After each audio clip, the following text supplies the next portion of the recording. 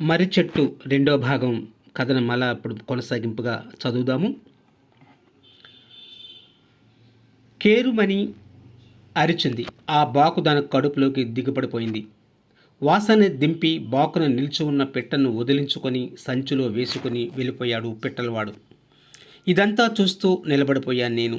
ఏం చేయను? ఇతని గొంతు నులమటానికి భగవంతుడు నాకు చేతులనివ్వలేదు. నన్ను నేను పెళ్లగించుకొని అతని మీద పడదామనుకున్నాను. ఆ ప్రయత్నంలో నేను మరణిస్తే మాత్రం ఏం, కానీ నేను స్పృహలోకి వచ్చేటప్పటికి అతను దాటిపోయాడు. మానవుల్లో మంచివాళ్ళు లేరని కాదు నా ఉద్దేశం. మంచివాళ్లే లేకపోతే ఈ లోకం ఇంకా ఎందుకు నిలిచి ఉంటుంది. మానవులు ఎక్కువ మంది మంచివాళ్లే, అయితే వాళ్లకు మాతోటి వాళ్ళ బాధలను గ్రహించే స్పృహ తగ్గిపోయింది. తాము ఏదో ఒక విధంగా బ్రతకడమే ముఖ్యమైంది. బ్రతకడానికి ఇన్ని ఘోరాలు చేయాలా? ఇతర జీవులను ఇంత నిర్దాక్షిణ్యంగా తమ పొట్టను పెట్టుకోవాలా? ఏ ఆకు దుంపలు తింటే సరిపోదు, కానీ ఇప్పటి కుర్రవాళ్ళు అలా అనుకున్నట్లు కనపడదు. వాళ్లతో పాటు మాకు ఈ ప్రపంచంలో బ్రతికే హక్కున్నదని, అందరం బ్రతికితేనే ఈ ప్రపంచం అందమని వాళ్ళు అనుకున్నట్లు కనపడదు. ఇదివరకు ఎవరైనా మా మీదకు రాళ్ళు విసిరితే ఎందుకురా దాన్ని అట్లా కొడతావు అనేవారు. తెలియని వాళ్ళు మా కొమ్మలు విరిచేస్తే, పచ్చని చెట్టును విరిస్తే పాపంరా అనేవారు. మొక్కలను పీకితే కళ్ళు పోతాయి అనేవారు. ఇప్పుడు అటువంటి మాటలు ఎక్కడ వినబడటం లేదు. రోజులు అలా మారినాయి. మానవుల దృష్టి మారిపోయింది. ఇటీవల నరసింహులు అనే యువకుడు మా గ్రామ పంచాయతీ ప్రెసిడెంట్ అయ్యాడు. అతన్ని నేను చిన్నప్పటి నుంచి ఎరుగుదును. నిన్న మొన్నటి వరకు ఆగతాయితనంగా తిరిగేవాడు. ఈ చెరులోనే ఈదులాడుతుండేవాడు. నన్నెక్కి నా కొమ్మలను అనవసరంగా విరిచి పారిస్తుండేవాడు. గోల చేసి గోళ్ళలోని పక్షులను బయటకు తోలుతుండేవాడు. మరీ చిన్నప్పుడు బడికి వెళ్లకుండా పలక పుస్తకాలు పట్టుకొని నా త్వరలో దాక్కునేవాడు. తనలాంటి వాళ్ళనే ఇంకా నలుగును పోగేసి నా ఓడలు పట్టుకొని ఉయ్యాలు ఊగుతుండేవాడు. ఆ నరసింహులు ఇప్పుడు పంచాయతీ ప్రెసిడెంట్ అయ్యాడు. అతను ఆ ఉద్యోగంలోకి వచ్చినందుకు నేను చాలా సంతోషించాను. ఎందుకంటే అతను ఎన్ని ఆగతాయి పనులు చేసినా అతనంటే నాకు ఇష్టంగానే ఉండేది. ప్రెసిడెంట్ అయిన రోజు సాయంకాలమే 10 మంది గ్రామ పెద్దలను వెంట పట్టుకుని నా దగ్గరకు వచ్చాడు. అప్పుడే గ్రామస్తులు అతనికి సన్మానం చేసినట్టున్నారు. కొత్త బట్టలు ధరించి చూడముచ్చటగా ఉన్నాడు. తనకు గౌరవ పదవి లభించగానే మాకున్న పరిచయాన్ని పురస్కరించుకొని నన్ను చూడటానికి వచ్చాడనుకొని నేను చాలా సంతోషించాను. కానీ అతను అందుకు రాలేదు. పంచాయతీ ప్రెసిడెంట్ అవడంతో అతనికి ఈ చెరువు చుట్టూ ఉన్న మా మీద హక్కు ఏర్పడింది. ఆ హక్కు అమల్లో పెట్టడానికి వచ్చాడు. ప్రక్కన ఉన్న దాంతో ఈ చెట్లని అనవసరం, వీటి వల్ల చెరువు గట్టు పాడవుతుంది, చెరువులో నీరు పాడవుతుంది, వీటిని వేలవేయించి కొట్టించి వేస్తే పంచాయతీకి కొంత డబ్బు కూడా వస్తుంది. అంతగా అవసరం అనుకుంటే చిన్న పార్కు ఉంటుంది, వేయించుకోవచ్చు. సర్వీ చెట్లు వేయిస్తే త్వరగా అక్కడికొస్తాయి, అమ్ముకుంటే ధర బాగా పలుకుతుందన్నాడు. అంతా నిజమేనంటే నిజమే అన్నారు. అతన్ని అభ్యుదయ పందాకు జోహర్లు అర్పించారు. అతని మాటలు వింటే నాకు గుండె చెరువైంది. చావటానికి భయపడి కాదు, చావంటే మా జాతికి భయమే లేదు. నా గుండె చెరువైంది. అతని నిర్లక్ష్యానికి మా ఉద్దేశాలు మేము మానవులకు మళ్ళీ పైకి చెప్పుకోకపోయినా మాకు ప్రాణం అనేది ఉంటుందని, నాతో ఇంత పరిచయం ఉన్న అతనికి తట్టకపోవటం నాకు ఆశ్చర్యం వేసింది. మాకు ప్రారంభం లేకపోతే మేము ఎలా పెరుగుతున్నాం అనుకున్నారు.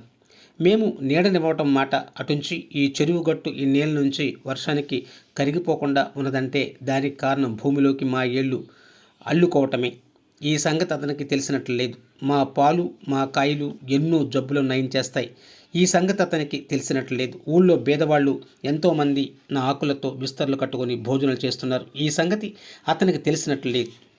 ఊళ్ళో పేదవాళ్ళు ఎంతమందో నా ఆకులతో విస్తరలు కట్టుకుని భోజనం చేస్తున్నారు. ఈ సంగతి అతనికి తెలిసినట్లేదు. నేను పోతే నా మీద నివసించి ఈ పక్షులన్నీ ఏం కావాలని నా వేళ్లను పొయ్యిగా చేసుకొని వంటలు చేసుకుని పేదవాళ్ళంతా ఏం కావాలి, అన్నిటికన్నా ముఖ్యంగా మా ప్రాణాలు అతని ప్రాణాలు వంటివే కదా. మా ప్రాణాలు తీయటానికి అతనికి ఏం హక్కు ఉంది? ఎవరు బతకడానికి అర్హులో ఎవరు కాదో నిర్ణయించడానికి అర్హుడు తానా? అయితే అతన్ని ఎవరు ఆపగలరు? పంచాయతీ బోర్డు ప్రెసిడెంట్ అవడంతో మా ప్రాణాలు అతని చేతుల్లోకి వెళ్ళాయి. జీవకోటిని హింసించే అధికారం అతనికి వచ్చింది. త్వరగా మా ప్రాణాలు తీసి తనేదో ఘనకార్యం సాధించినట్లు గ్రామస్తులకు కనబడాలనుకున్నాడు అతను. మరునాడే వడ్రంగులను వెంట పెట్టుకొని వచ్చాడు అతను. వాళ్ళు ముందు నా ఓడలను కోసి నా అధరాన్ని తప్పించారు. తర్వాత నా కొమ్మలను నరికి నన్ను బూసిదాన్ని చేశారు. తర్వాత నన్నే మొదట్లో కోసి వేశారు. నా పైభాగం కుప్ప మాదిరిగా కూలింది.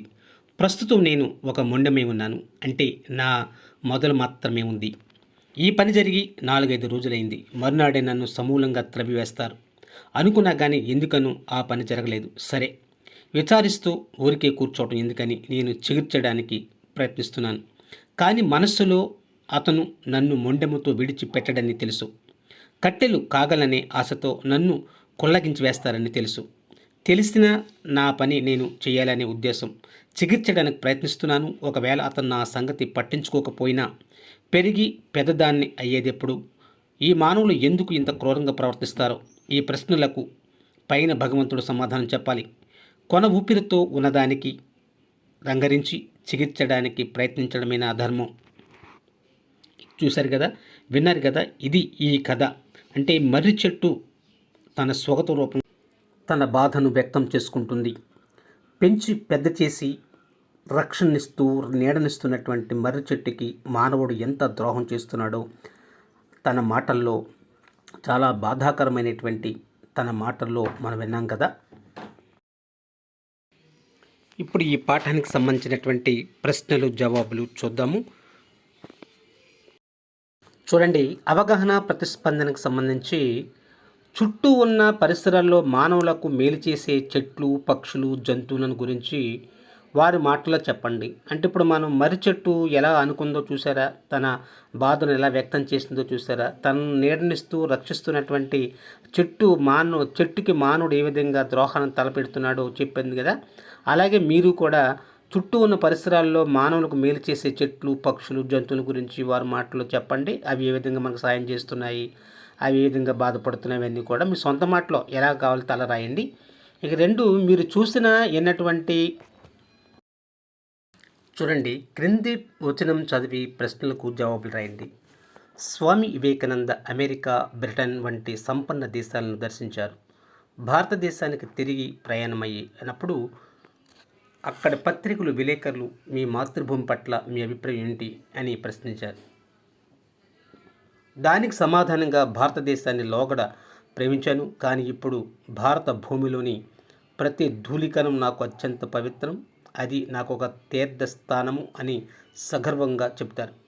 ఈ విధంగా కని పెంచిన తల్లి మీద ఎలాంటి మాతృభావన ఉంటుందో మనకు జన్మభూమి అయిన భారతదేశం మీద కూడా అలాంటి మాతృభావన కలిగి ఉండాలనే ఉద్దేశాన్ని ప్రకటించారు. ఇంకా ఈ పేరాకు సంబంధించినటువంటి ప్రశ్నలు ఇవ్వడం జరిగింది. ఈ ప్రశ్నలకు జవాబులు ఈ పేరాలోనే ఉంటాయి. జాగ్రత్తగా మనం గమనించాల్సిన అవసరం ఉంటుంది. 1, వివేకానందుని పరాయి దేశంలో పత్రికా విలేకరులు ఏమని ప్రశ్నించారు? మనకి జవాబు పైన కనిపిస్తుంది. మీ మాతృభూమి పట్ల మీ అభిప్రాయం ఏంటి అని అడిగారు వాళ్ళు. విలేకరు ప్రశ్నకు వివేకానందుని యొక్క ఏమని సమాధానం చెప్పాడైనా, ఇప్పుడు భారత భూమిలోని ప్రతి ధూళికణం నాకు అత్యంత పవిత్రము, అది నాకు ఒక తీర్థ స్థానము అని చెప్పి వివేకానందుడు సమాధానం ఇవ్వడం జరిగింది. మాతృభావన ఎవరి ఎడల కలిగి ఉండాలని ప్రకటించారు. తల్లి మీద ఎలాంటి మాతృభావన ఉంటుందో మనకు జన్మభూమి మీద కూడా అలాంటి మాతృభావన ఉండాలని స్వామి వివేకానంద ప్రకటించారు. వచనాన్ని చదివి శీర్షికను నిర్ణయించండి అని ప్రశ్న ఇవ్వడం జరిగింది కదా. ఇప్పుడు ఈ పేరా ఎవరికి సంబంధించినటువంటిది? స్వామి వివేకానంద. మనం శీర్షికను ఇలా పెట్టచ్చు, స్వామి వివేకానంద యొక్క సద్గుణాలు, లేదా స్వామి వివేకానంద అని పేరు పెట్టినా సరిపోతుంది. ఇక మరికొన్ని ప్రశ్నలు చూద్దాం. వ్యక్తీకరణ, సృజనాత్మకతకు సంబంధించినటువంటి ప్రశ్నలు చూద్దాము. క్రింది ప్రశ్నలకు 4-5 వాక్యాల్లో జవాబులు రాసి సరిపోతుంది. మర్రి చెట్టు చెప్పిన నవ్వు తెప్పించే సంఘటన ఏది? ఇక 2వ ప్రశ్న, పక్షి కథను గురించి మర్రి చెట్టు ఏం చెప్పింది? 3, నరసింహులు బాల్యాన్ని గురించి మర్రి చెట్టు ఏమని నెమరేసుకుంది, అంటే ఎలా గుర్తు చేసుకుంది? ఇక తర్వాత ప్రశ్న చూస్తే క్రింది ప్రశ్నలకు 8-10 వాక్యాల్లో జవాబులు రాయండి అని ఇవ్వడం జరిగింది. మర్రి చెట్టు హక్కులను గురించి మాట్లాడవలసి వచ్చిన సందర్భాన్ని వివరించండి. మర్రి చెట్టు తనకు గ్రామానికి ఉన్న సంబంధాన్ని చెప్పిన విధానాన్ని మీ మాటల్లో చెప్పండి లేదా రాయండి. ఇంకా మానవుల వలె చెట్లు, పక్షులు, జంతువులు మాట్లాడగలిగితే ఎలా ఉంటుందో మీ మాటల్లో వివరించి రాయండి. ఇప్పుడు మీరు కథ పూర్తిగా చదవడం జరిగింది కాబట్టి ఈ ప్రశ్నలకి చాలా సులువుగా సమాధానం చెప్పొచ్చు. మళ్ళీ మీకు ఇంకొకసారి ఈ వీడియోని పూర్తిగా వినండి, ఆ కథ వినండి. వింటే మీకు ఒక ఆలోచన వస్తుంది. దాని ప్రకారంగా మీరు జవాబులు రాయడానికి అవకాశం ఉంటుంది. ఇప్పుడు మరికొన్ని అంశాలు, ఇప్పుడు భాషాంశాలు చూద్దాం. క్రింది వాక్యాలను చదివి గీతగీసిన పదాలకు అర్థాన్ని రాయండి. గాల్వన్ లోయలో కల్నల్ సంతోష్ బాబు ధైర్య సాహసాలకు చైనా సైన్యం విస్తుపోయింది. ఇక్కడ విస్తుపోయింది అంటే అర్థం ఆశ్చర్యపడు అని అర్థం. ఒకటి, జంతువులు, పక్షులు వంటి ప్రాణుల ఎడల నిర్దాక్షిణ్యంగా ప్రవర్తించరాదు. నిర్దాక్షిణ్యం అంటే ఎలాంటి దయ లేకుండా ప్రవర్తించరాదు అని అర్థం. జడివానతో నీవే పెనుగాలి చెట్లను పెళ్ళగిస్తుంది. పెళ్ళగించడం అంటే ఏళ్ళుతో సహా లేచిపోవడం అన్నమాట. ఇంకా దండకారణ్యములో రాముని సత్తువ రాక్షసులను వరికించింది. సత్తువ అంటే శక్తి. 2025 నాటికి భారతదేశం ఇతిమిద్దంగా అంటే సుమారుగా విశ్వ గురుస్థానాన్ని చేరుతుంది. ఇతిమిద్దం అంటే ఇక్కడ ఇంచుమించుగా లేదా సుమారుగా అని అర్థం. చూసారా? క్రింది పదాలకు పర్యాయ పదాలను పద విజ్ఞానం నుండి గ్రహించండి. నెపం అంటే కారణము, హేతువు, వంక. ఆశ్రయం అంటే నివాసము, నిలయము, వాసము. అపేక్షం అంటే కోరిక, కాంక్ష, వాంఛ. ఇంకా ప్రకృతికి వికృతులు రాయి. చూడండి, ప్రకృతికి వికృతులు మనం రాస్తే ఎలా ఉంటుందంటే హృదయము, దానికి వికృతి యద. నిభ వికృతి నెపము. సత్వము వికృతి సత్తువ. పట్టణము వికృతి పత్తనము. ఈ విధంగా ప్రకృతికి వికృతులు మనం ఇక్కడ ఇచ్చిన విధంగా మీరు నోట్స్లో రాసుకోండి.